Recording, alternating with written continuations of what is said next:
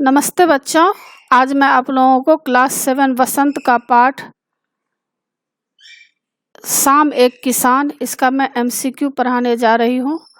और इससे पहले बच्चों मैं क्लास 7 वसंत का बहुत सारा चैप्टर का मैं एमसीक्यू बना चुकी हूँ। फुल एक्सप्लेनेशन, समरी और क्वेश्चन आंसर बनाई हूँ।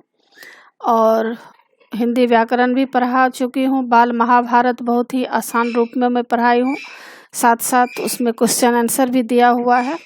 तो उन सब को देखने के लिए आप ऊपर दिए गए आई बटन पर क्लिक करके देख सकते हैं, या नीचे दिए गए डिस्क्रिप्शन बॉक्स में देख सकते हैं, या प्लेलिस्ट में जाकर देख सकते हैं। और अभी हम लोग शाम एक किसान इसका एमसीक्यू पढ़ेंगे। पहला प्रश्न है, पहाड़ को किस रूप में दर्शाया गया है? क किसान के रूप में, ख एक बूढ़े के रूप में, ग एक आदमी के रूप में, घ एक बच्चे के रूप में। तो पहाड़ को किस रूप में दर्शाया गया है? इसका उत्तर है क किसान के रूप में। दूसरा है, आकाश को किस रूप में दिखाया गया है? क किसान के साफे के रूप में, ख किसान के हल के रूप में, ग किसान के चिलम के रूप में, घ इनमें से कोई नहीं। तो आकाश को किस रूप में दिखाया गया है? इसका उत्तर है क किसान के साफे के रूप में। तीसरा प्रश्न है, पहाड़ के चरणों में बहती नदी किस रूप में दिखाई देती है? क चादर के रूप में, ख साफे के रूप में, ग रुमाल के रूप में, घ इनमें से कोई नहीं। तो पहाड़ के चरणों में बहती नदी किस रूप में दिखाई देती है? इसका उत्तर है क चादर के रूप में। चौथा प्रश्न है, जंगल में खिले पलाश के फूल कैसे प्रतीत होते हैं? क जलती अंगीठी की भांति, ख खिले बगीचे की भांति, ग सूरज की लालिमा लिए, घ इनमें से कोई नहीं। तो जंगल में खिले पलाश के फूल कैसे प्रतीत होते हैं? इसका उत्तर है क जलती अंगीठी की भांति। पांचवा प्रश्न है, अंधेरे की तुलना किससे की गई है?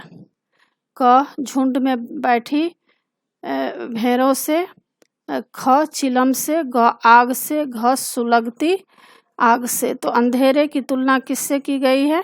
इसका उत्तर है क झुंड में बैठी भेड़ों से।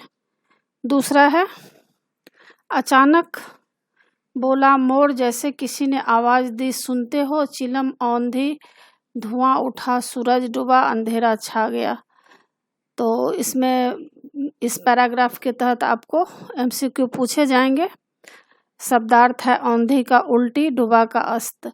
तो व्याख्या है, जाड़े की शाम का वातावरण एकदम शांत था, लेकिन अचानक एक मोर बोल उठता है, जैसे किसी ने आवाज लगाई हो कि सुनते हो। इस आवाज के साथ ही सारा वातावरण बदल गया। यह एक घटना प्रतीत होने लगी जिसमें चिलम उलट गई, आग बुझ गई, धुआं उठने लगा, सूरज डूब गया, शाम ढल गई और रात का अंधेरा छा गया। तो अब देखिए इसमें कितने एमसीक्यू बनेंगे। अचानक कौन बोला? क कौआ, ख मोर, ग चील, घ कबूतर।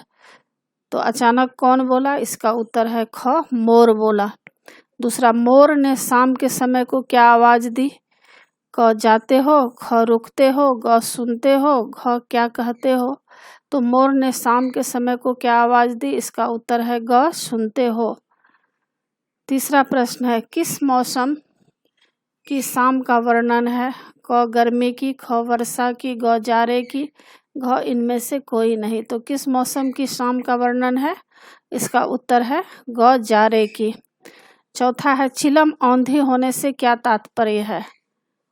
क सूरज का डूबना, ख सूरज का ताप कम होना, ग बारिश होना, घ किसान का सो जाना। तो चिलम औंधी होने से क्या तात्पर्य है? इसका उत्तर है ख सूरज का ताप कम होना। और पांचवा है, सूरज डूबते ही क्या हुआ?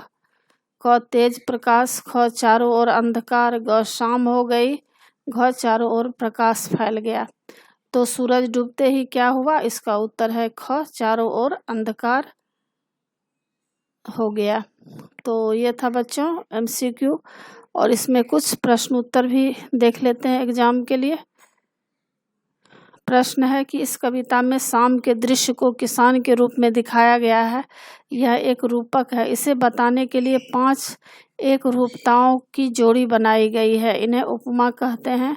पहली एक रूपता आकाश और साफे में दिखाते हुए कविता में आकाश का साफा वाक्यांश आया है। इसी तरह तीसरी एक रूपता नदी और चादर में दिखाई गई है, मानो नदी चादर सी हो। अब आप दूसरी, चौथी और पांचवी एक रूपताओं को खोज कर लिखिए।